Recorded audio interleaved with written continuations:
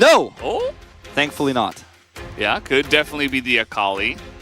There's a lot of straight-up kind of annoyances if you do play a pick like this and you're in melee range against a Maokai, against traps, against a Lux, but if you do manage to get on top of them, there is still the squishy underbelly, you know, some of the somewhat immobile 80 carries that we do have on the side of Live Sandbox. I'm just calling them all 80 carries now, just that's the way the meta has gone. Yeah. Well, looks like with this Akali pick, they wanted to deny some closer Azir playability, right? Because it could have been the Jace mid. Don't want to be playing that one into Akali. Pick the Akali here, and it makes it a little bit less comfortable for closer here on the Azir, as we've seen. But he's going to pick it up regardless here. So you're looking at, right now, as Live Sandbox, a little bit of pressure top side with the Jace into the Gnar. Can be a very strong matchup there. Azir early prio into the Akali. And then what you're hoping is going to be a lane that's controlled by Caitlyn Lux on the bottom side here for Live Sandbox. But as Young Jay showed us in the previous game, doesn't always go that way. You've really got to be careful about where your vision is set up. And even a ward in the Tri-Brush, or on the River Brush in this case for Live Sandbox on red side, might not be enough if you see that big wraparound. We have seen Sejuani's flash walls, looking at you, Peanut, yeah. To make these ganks possible. Umpty as well. Umpty. That's his thing here for 2023. It's just flash any wall that's in his way. The Maokai could absolutely do that as well. In a lot of ways here, Valdez, feels like we're kind of running it back. There are some big changes in terms of the Akali switching sides here, but it is the Akali into the Azir. There's a lot of side lane control. If there's no pressure on the Gnar, if the Jace doesn't get ahead, in fact, if we see the Jace fall behind and they play around top side and leave the bottom side to try to be self-sufficient, the Jhin Varus, we could see a mid-game once again where Kongdong Freaks are very oppressive, have a lot of control over the map, and that Akali becomes even scarier than an Azir when you have that level of control. Just talking about Willer and Baron steals going 2 and 2 together. Bulldog looking for the bite it on the side of Kwangdong. Of course, that is their motto. I didn't just randomly say that. That has been on a lot of the He does sometimes do that, but not in this case. Yeah, not in this case specifically, but other times, you know. This is going to be an interesting one. I think Live Sandbox may be trying to go back to the norm. Let's see how it goes as we jump into the Rift for game number 2.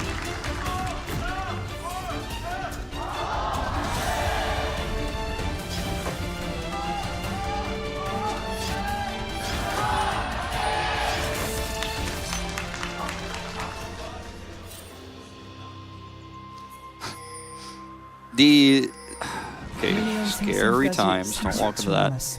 The identity of both of these bottom lanes are so similar, obviously, and the big difference being that June will be playing as a support Jhin this time, and is Lux, not Karma, but you're still looking for, as Live Sandbox, a lot of push, a lot of control with this Caitlyn, and as Kwangdong Freaks, you're going to be looking for some extra poke and range damage to follow up your Sejuani later on. Now, the Ashe arrow being missing is a big problem, but you can, of course, combo the Sejuani ult into Gnar, you can combo it into Deadly Flourish, or Chains of Corruption, as we've seen, so still works out in a very similar way.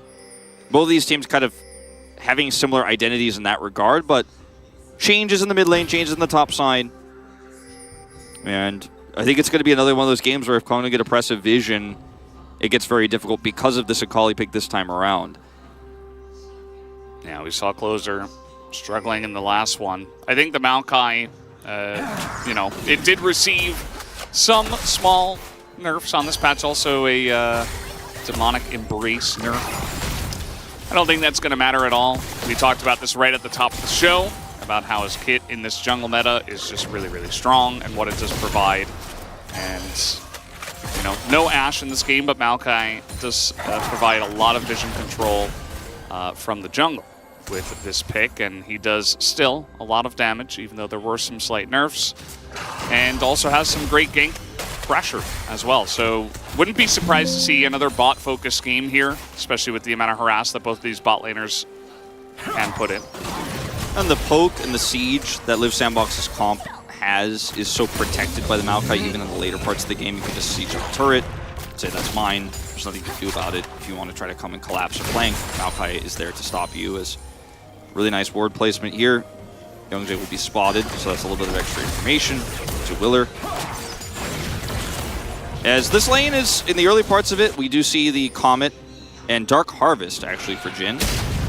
do like that tech coming through, so just trying to stack up some additional damage here. And if your Varus is hitting his arrows consistently and you can actually follow up with those autos, you will get a lot of Dark Harvest stacks in this lane early.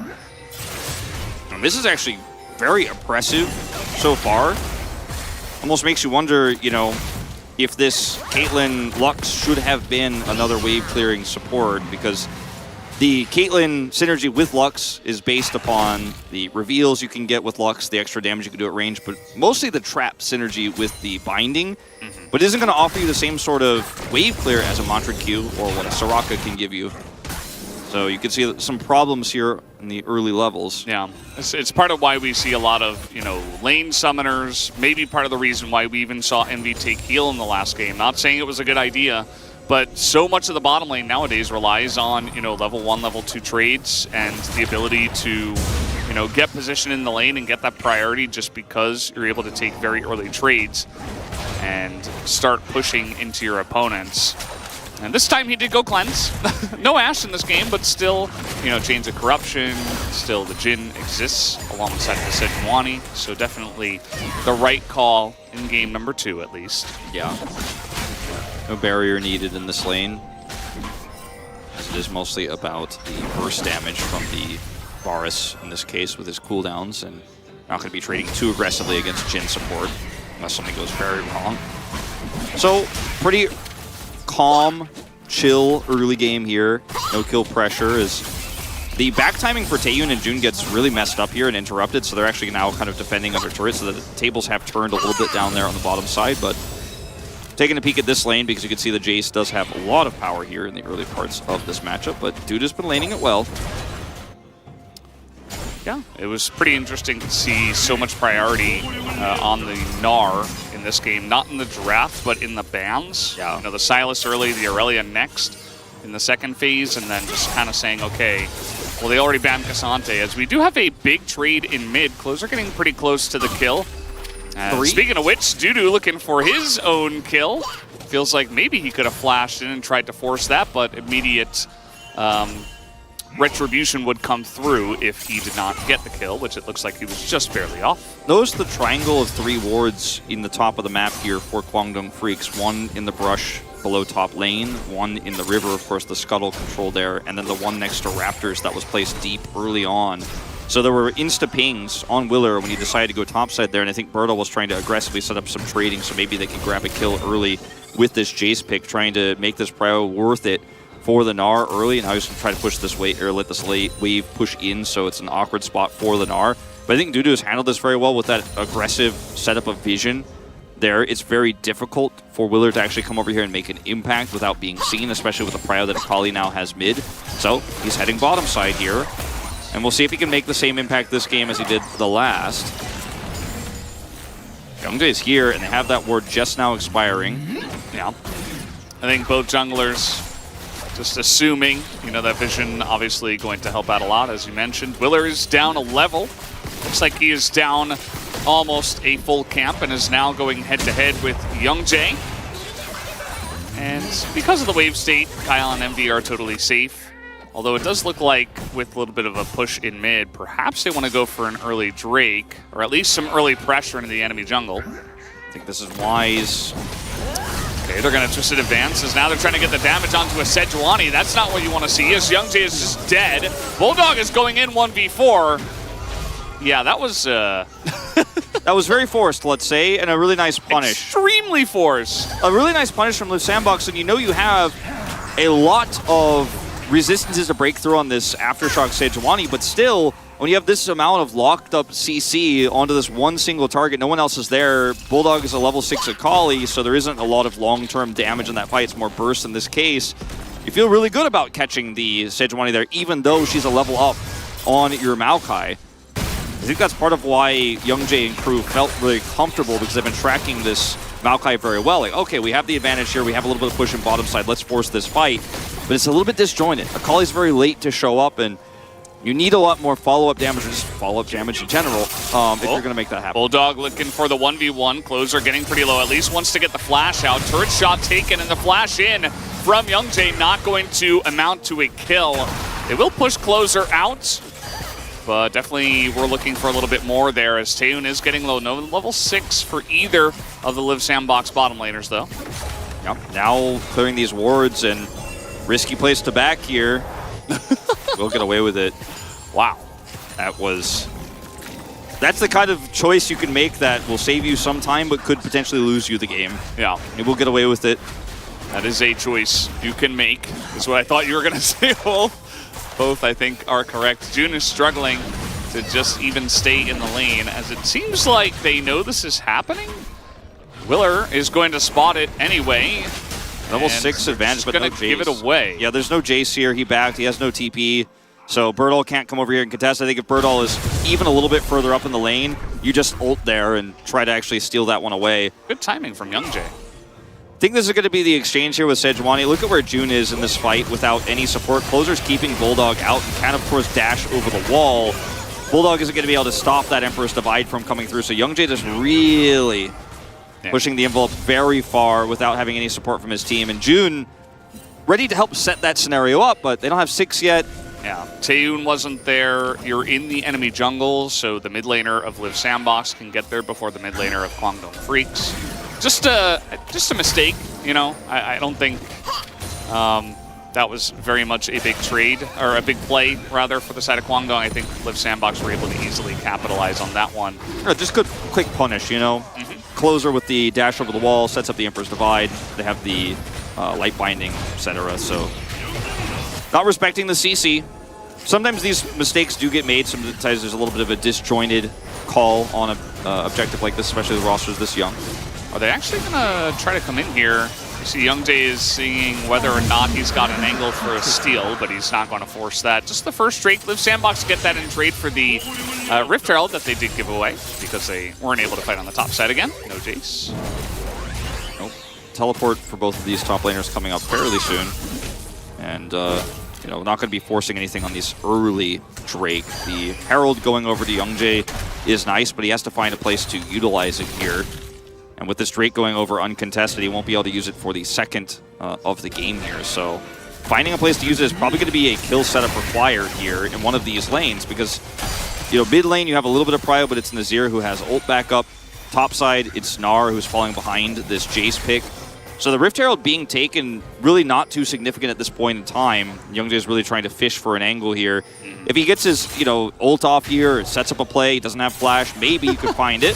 I mean, Closer saw him. I'm not sure why he's still here. He's going to sweep them away, but in goes Bulldog. He's looking for the kill under the turret. One more auto will do it.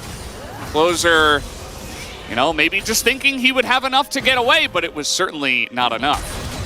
Yeah, that was very aggressive, and you know it's coming, right? You know the Rift Herald they're fishing for a Rift Herald angle, right? And he's not even going to drop it, and he's standing on a ward, so you know he's likely going to be there.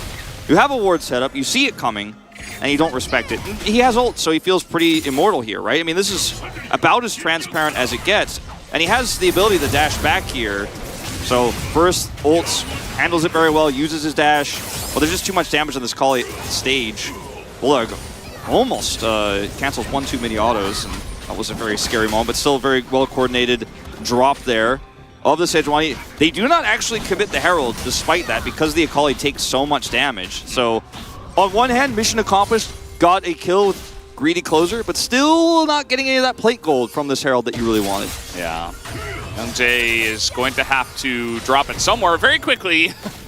Mid's probably not going to be the place because it is Azir. Like, they had an option, an opportunity potentially after that gank, but not using it there. So maybe just going to run down bot and drop it down now as they don't have a kill onto Azir this time. Although he's kind of changing his tune. Now he's going towards mid.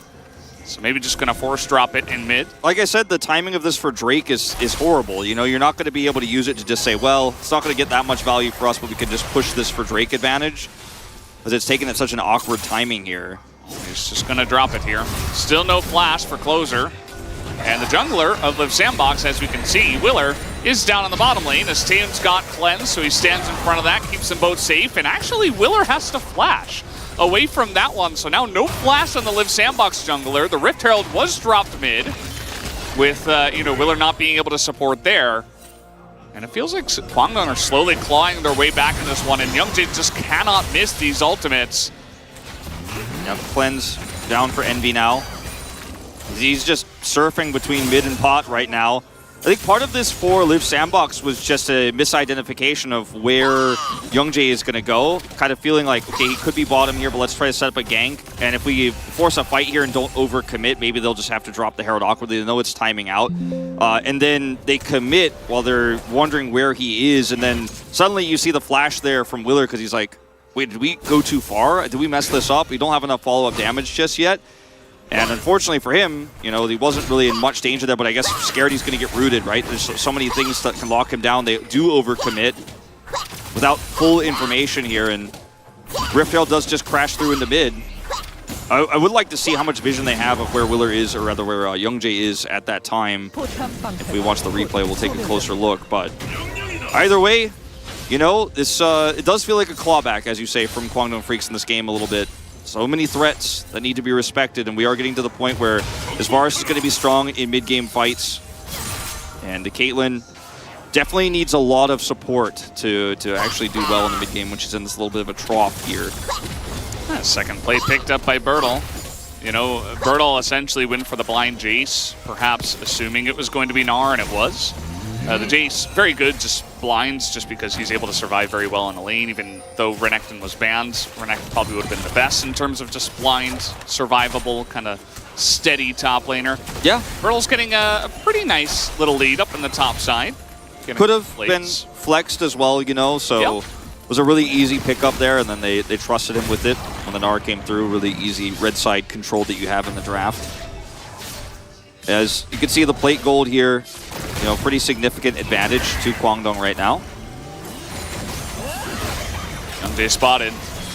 You can really feel the pressure that Youngjae is putting on. It feels like he's always in the right place, getting a lot done, even though, of course, he did get caught early on, but other than that, he has been pretty solid. I believe I misspoke about that. I think I said that backwards in the plate gold, but anyways, just wanted to correct myself there if I did say it wrong, as this is a really important Drake to fight for here, just the solo mountain. It is likely that we'll have a soul that is unimpactful based on the fact that it's Cloud Mountain here, but stacking those resistances up really huge for both compositions. Bertle going to commit his teleport here top. So what decision will Kwangdong make? Will they hard force this, look for a pick, or are they going to be willing to kind of sit back? Because you have to pull the trigger here in moments like this, especially against this Leandri's Azir. Trying to get stuff out of closer early and fight for vision, as now they're going to go all in onto the Sejuani, but Youngjae is all alone in there, and down he will go. Gets a bit of damage on the Kael, but yeah, that's just going to be Live Sandbox forcefully taking the fight, taking down Youngjae. They will get this Mountain Drake. If you're not decisive as this composition here as Kwangdong Freaks, they will get you. You know, the way this was set up was quite unique, right? With Closer setting up the Emperor's Divide into Willer's ultimate, while Kael is catching the enemy there with the light binding. So a lot of CC, turning this comp weirdly enough into its own version of the pig comp that we saw last game with the Sejuani. And that's a Drake going over. That's two Drakes stacked. As mentioned, it is one of the weaker souls here with the Ocean Soul, but still significant, especially in terms of how this comp is going to function in the side lane with the Azir and the Jace. This is just a really cool play from Closer. Willer is there. So no matter what, as long as you hit this Sejuani with your Empress Divide, the follow-up CC is going to be there. Really nice accuracy from Kael.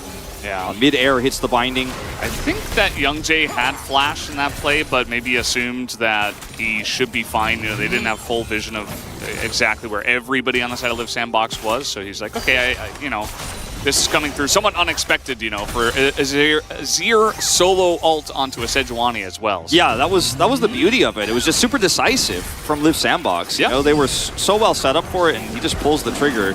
Ends up being the play to get them the Drake, so definitely very nice. Unfortunate for them, you know, you mentioned the Drake Soul. It could have been Infernal or Hextech, but not today. I suppose a little bit unlucky for Live Sandbox, as they are going to take down this Rift Herald. Do see that Kwangdong are kind of grouping up for this one, considering getting on in there, as Dudu is no longer with us.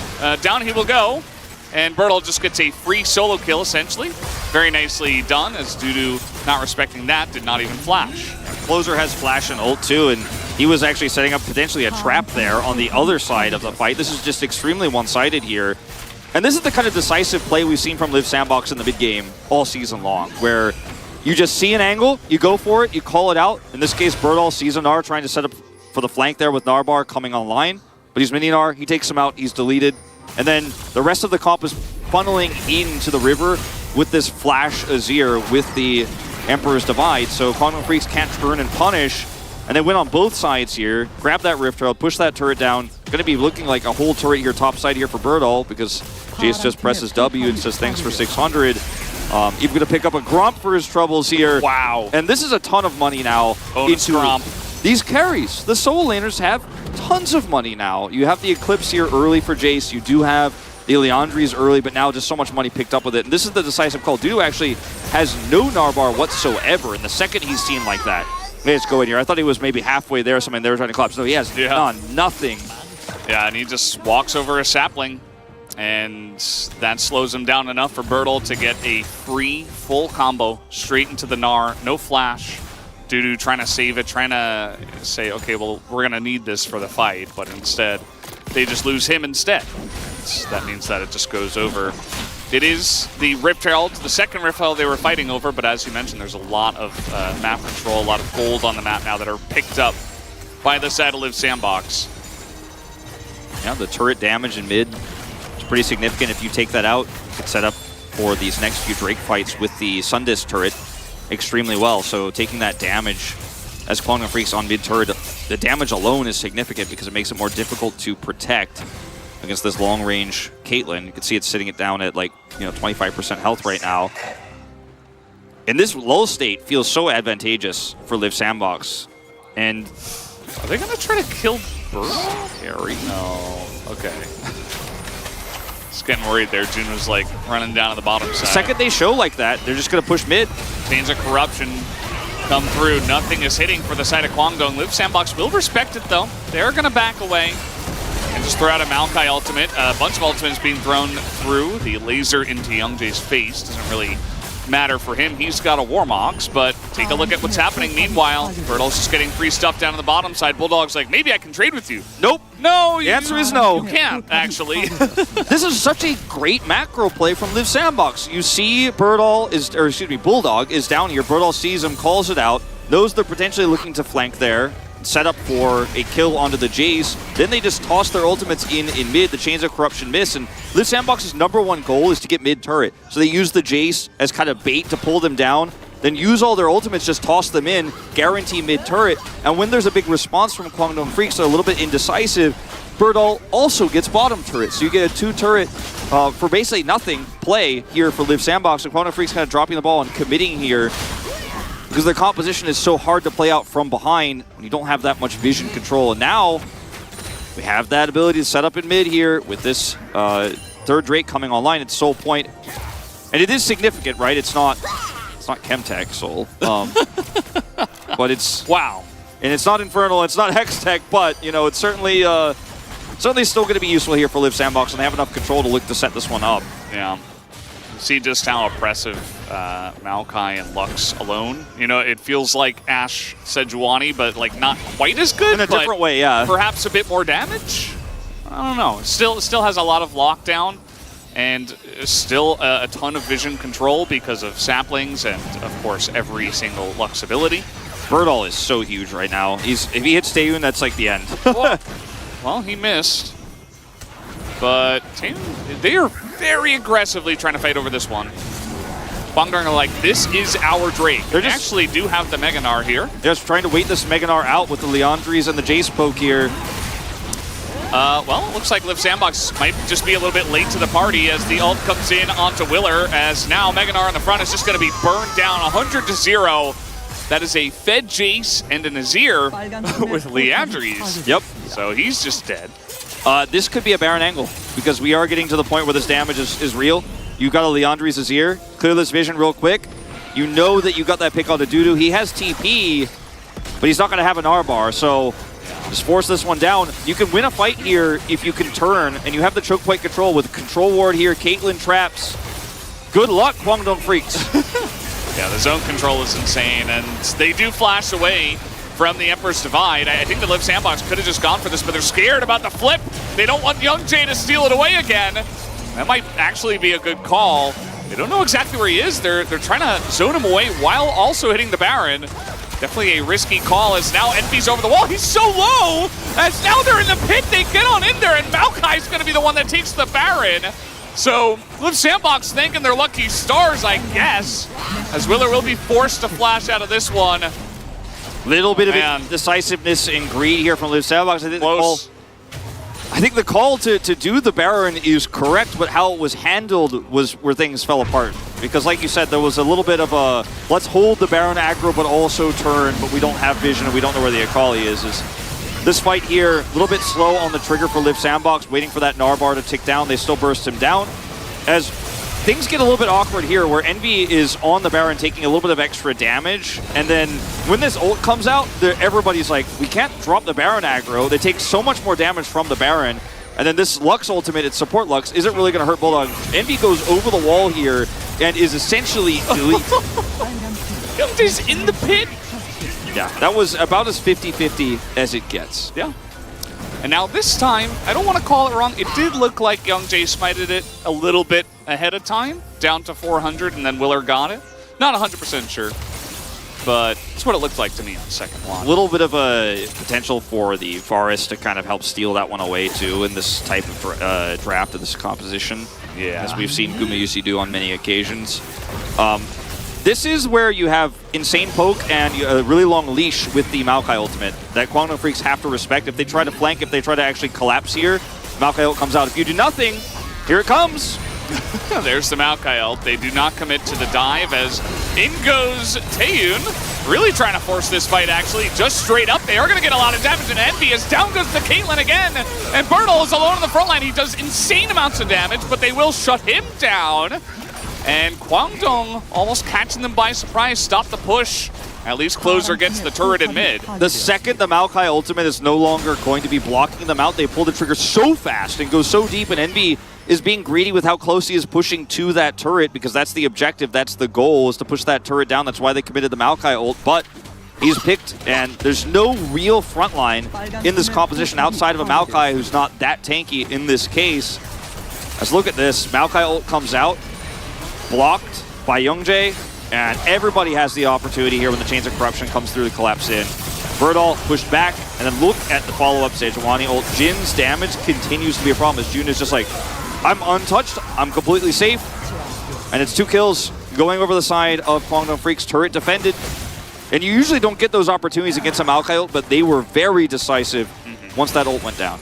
Yeah, really good stuff. And imagine if Kyle didn't take Mikhails in this game because his AD carry had cleanse. Then maybe Bertle would have just died without much of a fight. But he's able to receive that. I said Kyle. His name actually comes from the item, so that's kind of where that's from.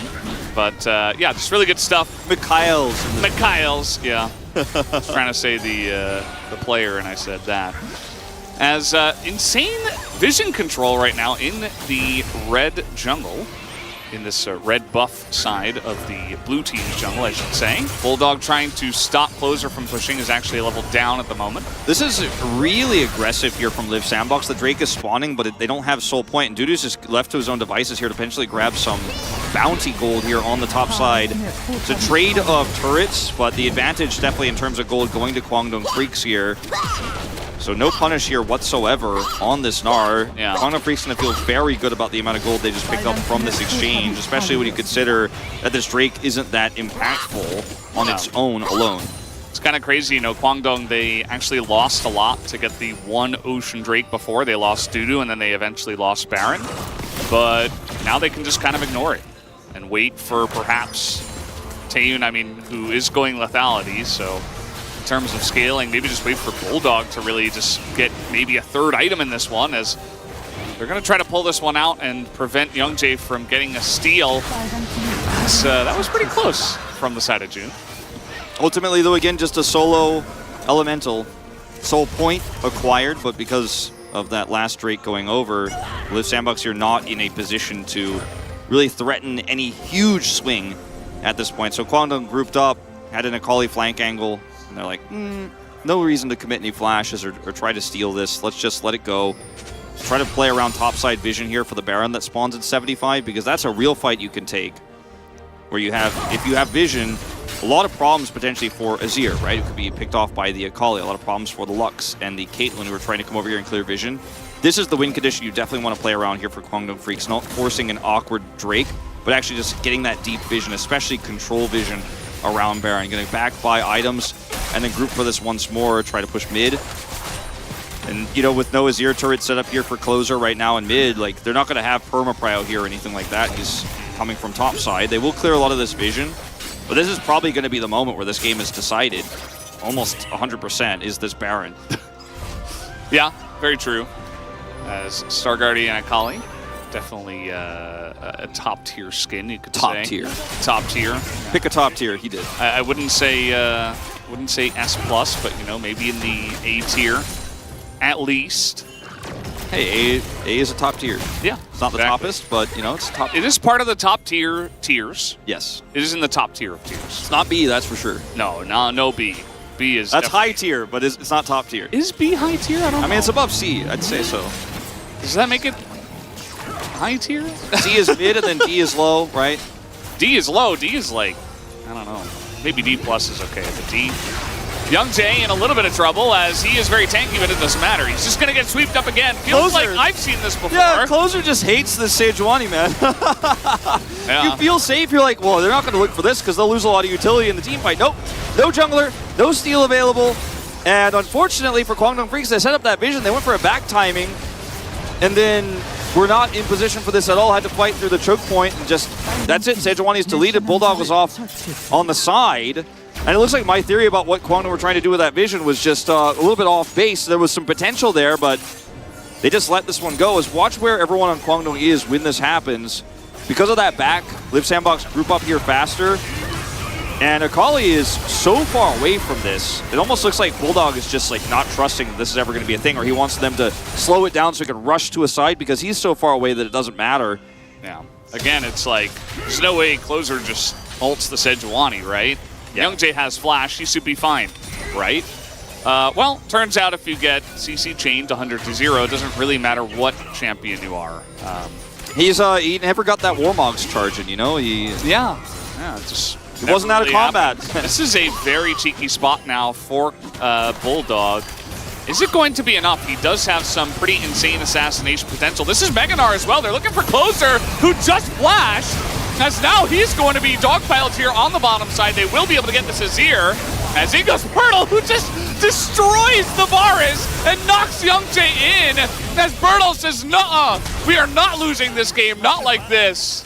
Great play from Bertle. Bulldog will go back just to his doom, and now they're TPing into mid. It looks like Live Sandbox want to end this game. Looks like we're going to a game 3 here, Valdez. Favorites Live Sandbox dropping the ball a little bit in the early parts of game 1. The oppressive vision letting the Ashe through, but going into game 2 with a little bit more of a standard draft here. Second game for Kyle on the Lux. They're going to pick up the W. So much damage here on this Jace that even though you pick off the Azir, he buys enough time, and Bertle, level 18, swings around. Well, that's just not fair.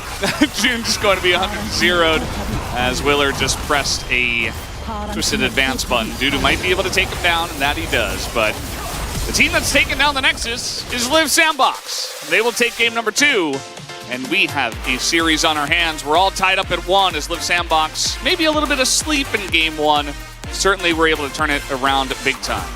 Bertle shakes it off, some of the frustrations in game 1. Plays a very good game 2, decisive plays in the sides. Taking out Gnar before that first exchange around Baron, and then going into this final fight where he just instantly deletes the backline. Everyone commits so far because the comp has to kill this Azir that has stopwatch. And he just turns it around. Should be proud of his play in this second game. And we're going to a game 3 where Kwangdong Freaks will have side selection. I think it will be red side. They go with here. They will get